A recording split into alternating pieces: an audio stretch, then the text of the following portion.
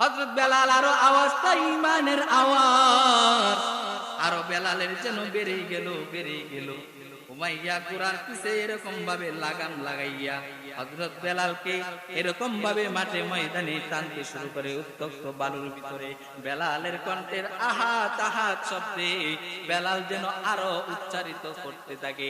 এদিক দিয়া হযরত আবু বকর যখন রাস্তা দিয়ে চলে, আবু বকর তাকায় দেখে উমাইয়ার বাড়ি থেকে কে যেন আল্লাহ তাআলার নাম জপতেছে, আল্লাহ তাআলার জিকির করতেছে।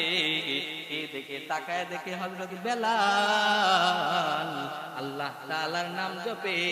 উমাইয়া এমন ভাবে শাস্তি দিয়েছে, বেলালের চামড়া বেটে যায়, রক্ত বের হয়ে যায়, বেলালের জবান থেকে মালিকের নাম বলে নাই। আল্লাহু আকবার বলেন।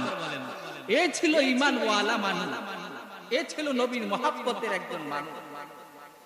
হযরত বেলালের দিকে তাকান। আরে আমরা তো মদিনায় যাই নবীর রওজায় সালাম দেওয়ার জন্য, কিন্তু বেলাল এমন আশিক, বেলাল মদিনা থাইকা নবীর আশিক হইয়া বেলাল মদিনা ছাইরা দামেস্কের ভিতরে চইলা যায়। কেন চইলা যায়?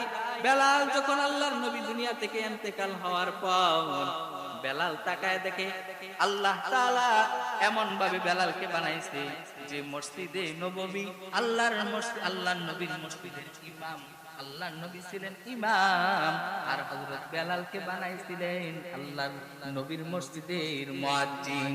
বেলাল আযান দেওয়ার পর আল্লাহর নবী এরকম ভাবে নামাজে ইমামতি করতেন, কিন্তু আল্লাহর নবী চলে যাওয়ার পর বেলাল বলে আমি আর এই মসজিদে নববীতে আযান দিব না। কেন আযান দিব না? সাহাবায়ে কেরাম জিজ্ঞাসা করেন, ওগো বেলাল, সাহাবী বেলাল ভাই, আপনি কেন আযান দিবেন না? বলে যে আযান আমি দিতাম, আমি দেওয়ার পরে আমার পয়গম্বর আয়েশা ইমামতি করত। আজকে যেই পয়গম্বর নাই, আর আমি বেলাল আযান দিব, আযান দেওয়ার পরে আমার পয়গম্বর ইমামতি করবে না, এই মসজিদের মুয়াজ্জিন আমি বেলাল হইতে চাই না। সুবহানাল্লাহ। এ ছিল নবীর আশিক, আর আমরা তো দুনিয়ার আশিক। কথা বলেন ঠিক না বেঠিক? খারাপ লাগতেছে আপনাদের? খারাপ লাগতেছে? চিল্লায়া বলেন আল্লাহু আকবার। মুহতারাম হাজিরিন, এ ছিল বেলাল, রাসূলের এত আশিক। কিছুদিন যাওয়ার পর বেলাল চলে গেলেন দামেস্কে। মদিনা ছাইরা চলে যায়, বেলাল আর মদিনা আসে না। কিন্তু 6 মাস পরে আল্লাহর নবী বেলালকে স্বপ্নে দেখায়, ও বেলাল, আমি রাসূলকে ভুইলা গেলা নাকি? আমি রাসূলের রওজায় একবার যায় সালাম দিলা না, আমি রাসূলের রওজা তুমি জিয়ারত করলা না। বেলাল যখন স্বপ্নে দেখছে রাসূলের এত আশিক, হযরত বেলাল ছুটে ছুটে আয়েশা মসজিদে নববীতে মদিনায় উপস্থিত হলেন। তাকায় দেখেন ছোট্ট ছোট্ট বাচ্চারা তাকায় দেখে হযরত বেলাল চলতেছে। কেমন বেলাল জানেননি? আল্লাহর নবী মেরাজ থেকে যখন আসে, আল্লাহর নবী যখন আসার পর হযরত বেলালকে ডাক দিয়া কই, ও বেলাল, তুমি কি আমল করো যে আমলের কারণে আল্লাহ তাআলার আরশের ভিতরে তোমার হাঁটার আওয়াজ আমি পয়গম্বর পাইছি। সুবহানাল্লাহ। হযরত বেলাল ডাক দিয়া কই, পয়গম্বর, আমি বেলাল কোনো আমল বেশি করি না, তবে সামান্য একটা আমল করি। কি আমল করি? বলে আমি না ওযু করার পরে 2 রাকাত নামাজ পড়ি।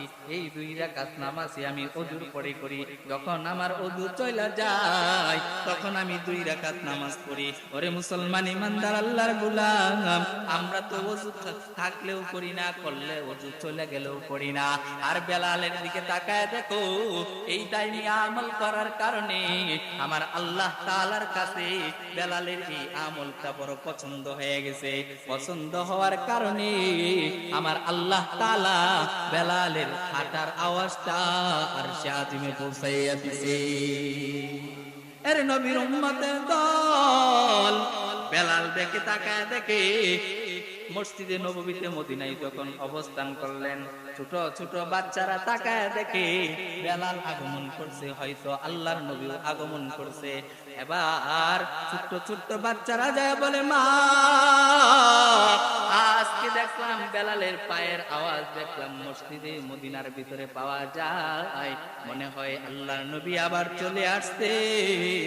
বেলাল যখন চলে আসছে তো আল্লাহর নবীও চলে আসছে। সকলেই সমস্ত সাহাবায়ে কেরাম মসজিদে নববীর ভিতরে চলে যায়, আর তাকায় দেখে বেলাল ভাই এতদিন কেন আসো নাই, মসজিদে নববীতে কেন আসো নাই? বেলাল ডাক দিয়া কই, ও সাহাবায়ে কেরাম ভাই, যেই মসজিদে নববীতে আল্লাহর নবী নাই, যেই কারণে চলে গেলাম, আবার আল্লাহর নবীর কারণে আমি আবার মসজিদে নববীতে চলে আইলাম। সবাই বলে, বেলাল কতদিন হয়ে গেল মসজিদে নববীর ভিতরে আজান হয় না, তোমার কণ্ঠে আজান শুনি না। ও বেলাল, আজকে মসজিদে নববীতে আজানের ধ্বনি দিবা তুমি, আজকে আজান দিবা তুমি। হযরত বেলাল বলে, না না না, যে আজানের পরে আমি আজানের পরে যেই মসজিদে নববীতে আল্লাহর নবী ইমামতি করবে না, এই মসজিদে নববীর ভিতরে আমি বেলাল আজান দিব না। সাহাবায়ে কেরাম এমন ভাবে ধরছে, ধরলে পরে কি হয়? বলে, না না, বেলাল আজান দিবে না, দিবে না। যাও, হাসান আর হুসাইন খবর পাইছে, হাসান আর হুসাইন আয়েশা বেলালের বগলের নিচে আয়েশা বলছে, আর আয়েশা বলে, নবীর সাহাবী কতদিন হইল আপনাকে দেখি না, আজকে এতদিন পরে আসতেন মসজিদে নববীর ভিতরে, সাহাবায়ে কেরাম অপেক্ষা করতেছে, আজকের আজানের ধ্বনিটা আপনি দিবেন, দেন না বেলাল, একটু আজান দেন, আল্লাহর নবীর সাহাবী আপনি একটু আজান দিয়া দেন। বেলাল তাকায় দেখে, কারণ আল্লাহর নবীর চেহারা পাইছেন হযরত হাসান আর হুসাইনের ভিতরে আল্লাহর নবীর চেহারার আকৃতি আছিল, এই কারণে বেলাল যখন হাসান আর হুসাইন যখন বলছে, ওগো আল্লাহর নবীর সাহাবী, আল্লাহর নবীর মুয়াজ্জিন, আপনি আজানের দুনিয়াকে দিবেন, আপনার আজান কতদিন হলো আজকে শুনে নাই। হযরত বেলাল বলেন, হাসান আর হুসাইনের দিকে তাকাইয়া বেলাল যখন মসজিদে নববীতে আজান দিলেন, আশহাদু আল্লা ইলাহা ইল্লাল্লাহ, আশহাদু আল্লা ইলাহা ইল্লাল্লাহ বলার সাথে সাথে হযরত বেলাল আজান দেওয়া রেখে জমিনের ভিতরে গড়াইয়া বেহুশ হয়ে পড়ে গেছে। আল্লাহু আকবার বলেন না। কেন পড়ে গেছেন? বলে, আজান দিলাম এই মসজিদে নববীতে আল্লাহর নবী থাকবে না, এই মসজিদে নববীতে বেলাল আজান দিবে, তা কখনোই হতে পারে না। এ ছিল নবীর আশিক। ও মুসলমান, আজকে নবীর উম্মত হইলা, কিন্তু যেই নবী কিয়ামতের ময়দানে সমস্ত পয়গম্বরের উম্মতের চেয়ে এমন নবীর উম্মত হইত, যেই নবীর উম্মত সবচেয়ে দামি উম্মত। আল্লাহর নবী, সমস্ত নবীরা বলেন আমার আল্লাহ তাআলার আশিক, আর আল্লাহ তাআলা নিজে হলেন আপনার আমার নবী পয়গম্বর আলাইহিস সালাতু ওয়াস সালাম, সরকারে দো আলম নবী মুহাম্মদুর রাসূলুল্লাহ সাল্লাল্লাহু আলাইহি ওয়াসাল্লামের আশিক হলেন আমার আল্লাহ নিজে। সুবহানাল্লাহ কইলেন না তো? আরো আওয়াজ করে বলেন সুবহানাল্লাহ। কারণ সমস্ত নবীরা আল্লাহ তাআলার আশিক ছিলেন, আর আল্লাহ বলেন, তো আপনাকে দুনিয়াতে পাঠাইছি। আচ্ছা বলেন তো, তাকায় দেখেন, এই যে মাহফিল স্টেজ করছে, বলেন তো এই স্টেজটা প্রধান বক্তা আসার আগে করছে না পরে করছে? কথা বলেন না কেন, আগে না পরে? আমি আসছি এখানে বয়ানে, আমার আগে স্টেজ হয়েছে না আমি আগে আসছি? বলেন না, স্টেজ আগে আসছে। কিন্তু আল্লাহ তাআলা বলেন সমস্ত দুনিয়ার থেকে আমি সমস্ত পয়গম্বরকে পাঠাইলাম দুনিয়াতে আগে, কিন্তু আপনার আমার পয়গম্বরকে কেন দুনিয়াতে পরে পাঠাইলেন? কারণ এমন কারণ, আল্লাহ তাআলা নবীকে যদি না সৃষ্টি করতো তামাম কুল কায়নাত সৃষ্টি হইতো না।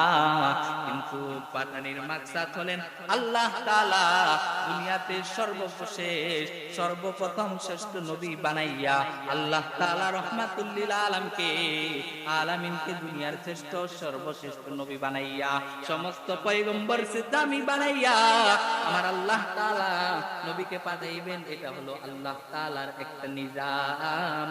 আপনার আমার নবী এত দামি, এত দামি, সেই নবীর উম্মত হইয়া নবীর সুন্নত মানলা না, এমন পুরা কপাইল্লা মুসলমান হওয়ার কোনো দরকার নাই। আয় হায়, তাকায় দেখেন ভাই, এই যে রসুলের সুন্নত আপনার মাথা থেকে পা পর্যন্ত। কারণ আপনি ব্যবসা করবেন, সেখানে রসুলের আদর্শ আছে না নাই বলেন না? ব্যবসা করতে যাইবেন, সেখানেও রসুলের আদর্শ। চাকরি করতে যাইবেন, সেখানেও রসুলের আদর্শ। আপনি দুনিয়াতে যা করতে যাইবেন, খানা খাইতে যাইবেন, সেখানেও রসুলের আদর্শ। মসজিদে কিভাবে ঢুকবেন, কিভাবে বের হবেন, সেখানেও রসুলের আদর্শ। মানুষের সাথে কিভাবে ব্যবসা করবেন, কিভাবে কথা বলবেন, কিভাবে লেনদেন করবেন, সেখানেও রসুলের আদর্শ। বান্দা ঘুমাইবি কিভাবে, উঠবি কিভাবে, সেখানেও রসুলের আদর্শ। খানার আগে দস্তরখানা বিছায়া খাও, খানার পরে হাত, খানার আগে পড়ে হাত ধুইয়া দেও। এরে বান্দা, বাথরুমের ভিতরে কিভাবে ঢুকবা, সেখানেও রসুলের সুন্নত আছে না নাই বলেন না? আছে না নাই? অবশ্যই আছে। কিন্তু তাকায় দেখেন আপনার আমার ভিতরে কয়টা সুন্নত আমি জিন্দা করলাম। অথচ নবী বলেন, আমার উম্মতেরা যদি সুন্নতকে জিন্দা করতে পারো, আমি রসুলের সুন্নতের পায়বন্দি করতে পারো, তবে আমি রসুল তোমাদেরকে ঘোষণা দিয়ে দিলাম, আমি রসুলের সাথেই তোমরা জান্নাতে ঢুকবা। এরে মুক্তারাম হাজিরিন, রসুলের ভালোবাসা মহব্বত অর্জন করো। বেলাল রসুলের আশিক ছিলেন। যেই বেলাল এত কালো ছিল, দামি ছিল না, কিন্তু আল্লাহ তাআলার কাছে দামি ছিল কি ছিলেন না বলেন না? আল্লাহ তাআলার কাছে দামি ছিল। আপনার আমার কাছে একজন সাহাবী যাইয়া বলে, নবীর নতুন মুয়াজ্জিন যখন নিয়োগ করলেন হযরত বেলালকে, আল্লাহর নবীকে যাইয়া বলেন, ও পয়গম্বর, হযরত বেলালকে যখন নতুন মুয়াজ্জিন নিয়োগ করলেন, কণ্ঠস্বর বেশি ভালো নয়, কিন্তু এই কালো চেহারাওয়ালা এমন মুয়াজ্জিন আপনি নিয়োগ কইরা দিলেন। ওগো পয়গম্বর, এলাকার ভিতরে কত সুরওয়ালা, কত দামি দামি ওয়ালা, কত দামি দামি ওয়ালা, কত সুন্দর সুন্দর চেহারাওয়ালা, কত সুন্দর সুন্দর মুয়াজ্জিন আছে। এদেরকে মুয়াজ্জিন না বানাইয়া আপনি বেলালকে মুয়াজ্জিন বানাইলেন। এরকম করে লম্বা চূড়া কোনো আলোচনা নয়। আল্লাহর নবী বলেন, একদিন বেলাল আযান দেয় নাই, আযানের ধ্বনি পৌঁছাই নাই। আযান দেওয়ার পর তাকায় দেখে আর তো রাত্র লম্বা হয়ে যাচ্ছে, এখনো পর্যন্ত ফজর নামাজ পড়লাম, কেন আজকে দিনটা পরিষ্কার হচ্ছে না, সকাল হচ্ছে না? আল্লাহর নবী তাকায় দেখে জিবরাইল আমিন আয়েশা বলেন, বেলালকে দিয়ে আযান দেওয়ার, বেলাল আযান দেওয়ার সাথে সাথে আমার আল্লাহ তাআলা সকালটা এরকম ভাবে সকাল হয়ে গেল। কিন্তু তাকায় দেখেন বেলালের আযানটা আল্লাহ তাআলার আরশে আজিম পর্যন্ত পৌঁছা যায়। এরে মুসলমান, নবীর উম্মতের দল, আজকে এমন মুসলমান হলাম, নবীর সুন্নত মানলাম না। আরে তাকায় দেখেন পয়গম্বর আলাইহিস সালাতু ওয়াস সালাম সাহাবায়ে কেরামের দিকে তাকায় দেখেন, হযরত উমর ইবনে খাত্তাবের দিকে তাকায় দেখেন, রাসূলের সুন্নত আদায় করার জন্য আরে জান্নাতি 10 জন সাহাবা, যেই 10 জন সাহাবা দুনিয়াতেই জান্নাতের টিকিট পায়, এরপরেও সারা রাত সারা দিন কান্নার আওয়াজ। কেন কান্নার আওয়াজ? কারণ চিন্তা হলো জাহান্নামের ভয়, কবরের ভয়। এমন চিন্তা করে করে কান্নায় বেকরার হয়ে যাচ্ছে। এরে নবীর উম্মতের দল, বেলালের দিকে তাকায় দেখেন, আজকে আমাদের রাষ্ট্রের দিকে তাকায় দেখেন, হযরতে ওমর ইবনুল খাত্তাবের দিকে তাকায় দেখো, আর হযরতে আবু বকরের দিকে তাকায় দেখো। জান্নাতের 10 জন সাহাবার ভিতরে সর্বপ্রথম হলেন হযরতে আবু বকর। এই আবু বকর কেমন একজন সাহাবী! আবু বকর রাষ্ট্র পরিচালনা করে, কেমন ভাবে রাসূলের সুন্নত মেনে মেনে রাষ্ট্র কায়েম করে, রাষ্ট্র পরিচালনা করে, কেমন রাষ্ট্র পরিচালনা করে। আবু বকর ক্ষমতায় বসছেন রাষ্ট্র পরিচালনা করার জন্য। হযরতে আবু বকর হযরত উমরকে খেলাফতের দায়িত্বের ভিতরে বসছেন হযরত আবু বকর, কিন্তু আল্লাহর নবীর প্রিয় সাহাবী হযরতে উমরকে বানাইছেন বিচারপতি। হযরত উমর তাকায় দেখে আবু বকর 1 বছর পর্যন্ত রাষ্ট্র পরিচালনা করে, কিন্তু উমর আয়েশা 1 বছর পরে আয়েশা আল্লাহর এই প্যারা সাহাবীর কাছে আয়েশা কাগজপাতি জমা দেয় আর বলে, আল্লাহর নবী প্রিয় সাহাবী হযরতে আবু বকর সিদ্দিক, এই নেন আপনার কাছে আমি এই সমস্ত কাগজ জমা দিয়া দিলাম। আপনার এই খেলাফতের জামানার ভিতরে আমি আর রাষ্ট্রের ভিতরে বিচারক হিসেবে থাকতে চাই না। কেন কেন হে উমর, কেন থাকতে চাও না, কেন থাকতে চাও না? বলে আপনার রাষ্ট্রের ভিতরে তাকায় দেখলাম 1 বছর চলে গেল। 1 বছর চলে যাওয়ার পর আপনার রাষ্ট্রের ভিতরে কি এমন একটা মশাও নাই যে মারার জন্য? 1 বছর হয়ে গেল, আপনার রাষ্ট্রের ভিতরে কোনো খুন খারাপি নাই, কোনো বিচার নাই, কোনো কিছু নাই। আমি বিচারপতিতে বসলাম, কিন্তু এখনো পর্যন্ত একটা মানুষও বিচার নেওয়ার জন্য আসলো না। আল্লাহু আকবার বলেন না? কেমন কায়েম করছেন রাষ্ট্র। আর আমাদের রাষ্ট্রের দিকে তাকায় দেখো কেমন রাষ্ট্র পরিচালনা করছেন হযরত উমর, হযরতে আবু বকর। হযরতে আবু বকরের জামানায় থাকার পরে হযরত উমর তাকায় দেখে উমর রাস্তা দিয়ে চলতেছে। উমর তাকায় দেখে বৃদ্ধা এক মহিলার বাড়িতে স্বামী নাই, কোনো কিছু নাই, বৃদ্ধা একজন মহিলাই শুধু একা। এই বৃদ্ধা মহিলা পানি আনতে যায়, কুয়া থেকে পানি উঠাইতে পারে না। হযরত উমর বললেন আমি আগামীকাল থেকে এই বৃদ্ধা মহিলার খেদমত করব। হযরত উমর আয়েশা দেখে কে যেন বৃদ্ধা মহিলার এই কলসটা পুড়াইয়া সুন্দর কইরা পানি নিয়া বৃদ্ধা মহিলার কাছে দিয়া চলে গেছে। হযরত উমর ডাক দেয়া কয় মদিনার ভিতরে এমন কোন চালাক লোক আছে নাকি যে আমি উমরের চেয়েও চালাক? আমি আগামীকাল আসবো, আগামীকাল আয়েশা দেখবো যে আমার এই কে লোকটা এরকম ভাবে খেদমত করে চলে যায়। হযরত উমর আসছেন, আসার পরে হযরত উমর তাকায় দেখে যে এরকম ভাবে দ্বিতীয় দিন আসছে, আসার পরে তাকায় দেখলো আবার দ্বিতীয় দিনও এরকম ভাবে খেদমত করে চলে যায়। এমন সময় তাকায় দেখে হযরত উমর বলে আগামীকাল আমি আরো আগে আসবো। আগামীকাল যখন আরো আগে আসলেন, আগে আসার পরে এরকম ভাবে আয়সা দেখে আবার খেদমত করে চলে যায়। আবার তাকায় দেখলেন তৃতীয় দিন চলে গেল। এমন সময় হযরতে আবু উমর বলে আগামীকাল আমি দেখব যে কে আসে। হযরত উমর তা খলিফাতুল মুসলিমিন আগ পরের দিন এশার নামাজ পড়ার পরে তাড়াতাড়ি করে চলে আসলো। চলে আসার পরে হযরতে খলিফাতুল মুসলিমিন উমর তাকায় দেখতেছে কে যেন চাদর মুড়া দিয়া আয়েশা বৃদ্ধা মহিলার এরকম ভাবে এই কলসটা সুন্দর করে ধুইয়া মুইসা আবার পানিটা উঠাইয়া বৃদ্ধা মহিলার এখানে যখন রাইখা চলে যায়, এমন সময় হযরতে খলিফাতুল মুসলিমিন চাদর ধরে টান দিয়া বলে মান আনতা, কে তুমি? তাকায় দেখে খলিফাতুল মুসলিমিন হযরতে আবু বকর। আল্লাহু আকবার বলেন না? আরে মুসলমান নবীর উম্মত, আজকে পয়গম্বরের সুন্নাত মেনে মেনে যারা রাষ্ট্র পরিচালনা করবে, রাষ্ট্র কায়েম করবে, আরে তাকায় দেখেন না উমর যে এরকম ভাবে আয়েশা বাড়িতে খোঁজ খবর নেই, কিন্তু আমাদের রাষ্ট্রের ভিতরে তাকায় দেখেন এমন কোন চেয়ারম্যান পাইবেন না, মন্ত্রী পাইবেন না, এমপি পাইবেন না, সরকার বাহাদুর থেকে নিয়া এই পর্যন্ত এমন কোন লোক আছে আপনারা দেখাইতে পারবেন যে বাড়ি বাড়ি আয়েশা খবর নিচে কথা বলেন না কেন? নিচে নেই নাই। কিন্তু হযরত উমর আর আবু বকর এমন রাষ্ট্র পরিচালনা করছে যেই জায়গায় হযরত উমর ছিলেন খেলাফতের মজলিসে, ওই জায়গায় বাঘ আর বকরি এক জায়গায় খাইছে, কিন্তু কেউর ক্ষতি কেউ করে নাই। এজন্য মুহতারাম হাজিরিন, রাসূলের আদর্শ যেখানে থাকবে, রাসূলের সুন্নাত যেখানে থাকবে, ওইখানে কোনো মারামারি হেরাহেরি চলবে না, ওইখানে কোনো খুন খারাপি চলবে না, ওই রাষ্ট্রের ভিতরে কোনো সময় অভাব আসবে না, ওই রাষ্ট্রের ভিতরে কোনোদিন দুর্নীতি চলবে না।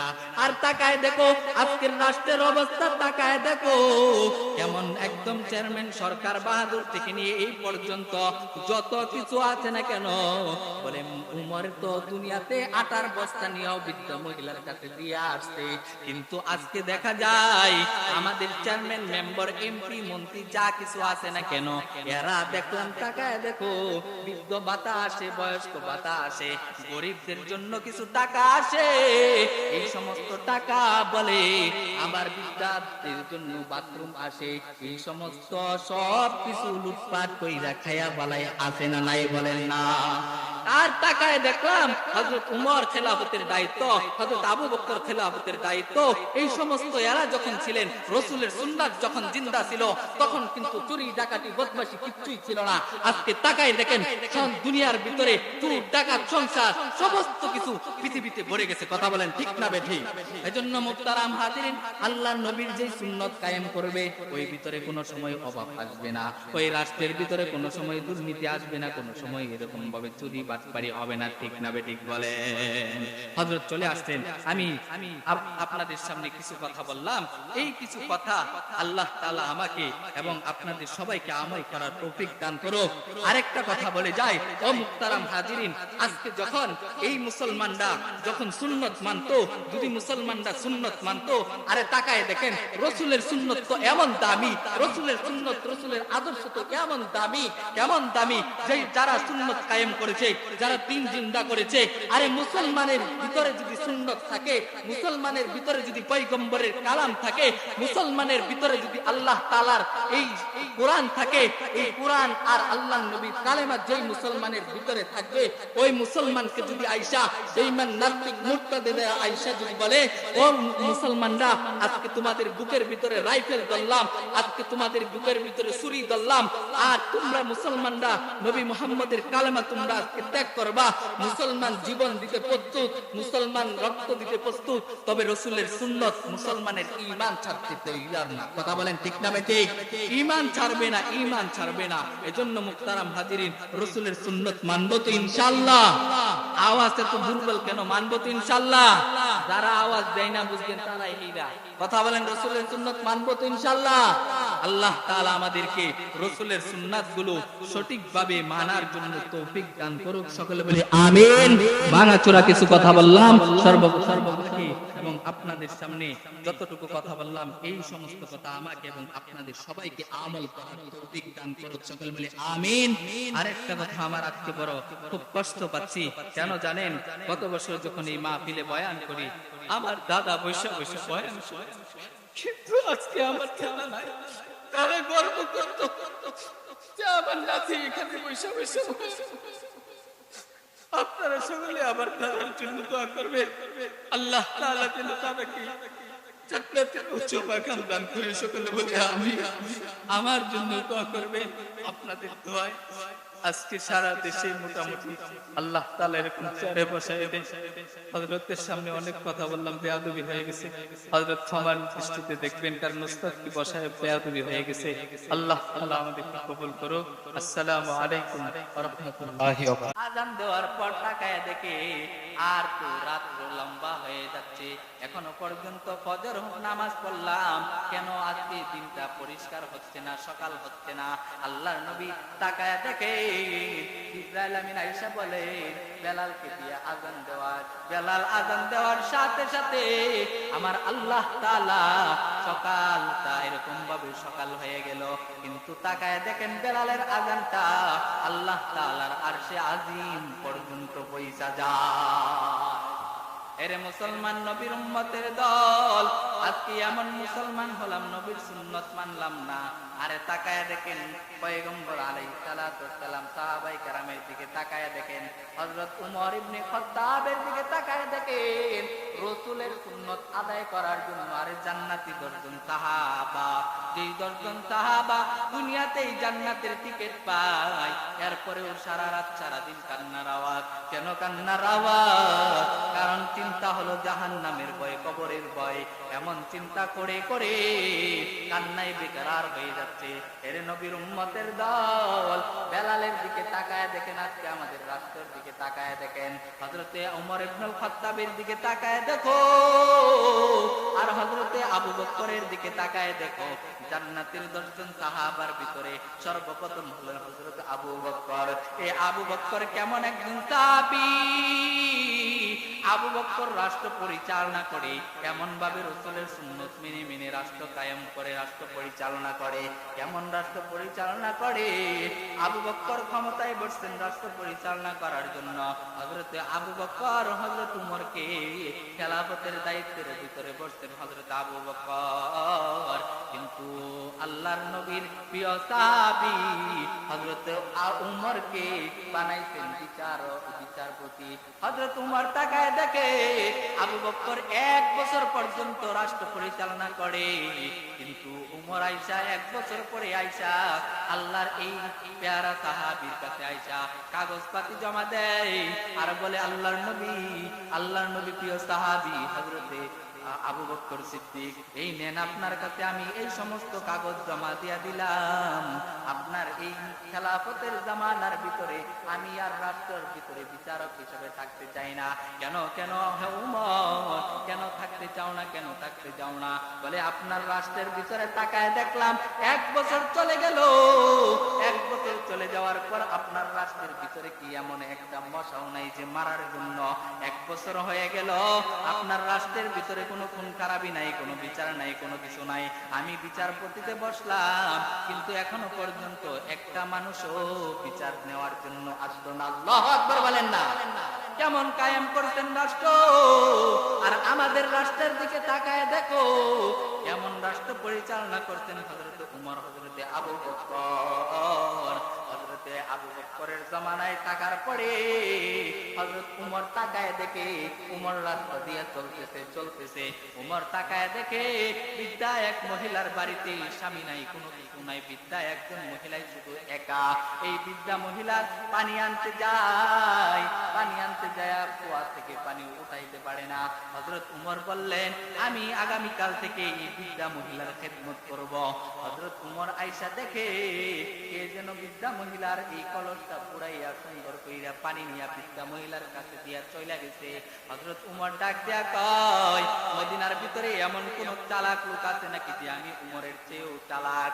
আমি আগামীকাল আসবো, আগামীকাল আয়েশা দেখবো যে আমার এই লোকটা এরকম ভাবে খেদমত করে চলে যায়। হযরত উমর আসছেন, আসার পরে হযরত উমর তাকায় দেখে যে এরকম ভাবে দ্বিতীয় দিন আসছে। আসার পরে তাকায় দেখলো আবার দ্বিতীয় দিনও এরকম ভাবে খেদমত করে চলে যায়। এমন সময় তাকায় দেখে হযরত উমর বলে, আগামীকাল আমি আরো আগে আসবো। আগামীকাল যখন আরো আগে আসলেন, আগে আসার পরে এরকম ভাবে আয়েশা দেখে আবার খেদমত করে চলে যায়। আবার তাকায় দেখলেন তৃতীয় দিন চলে গেল।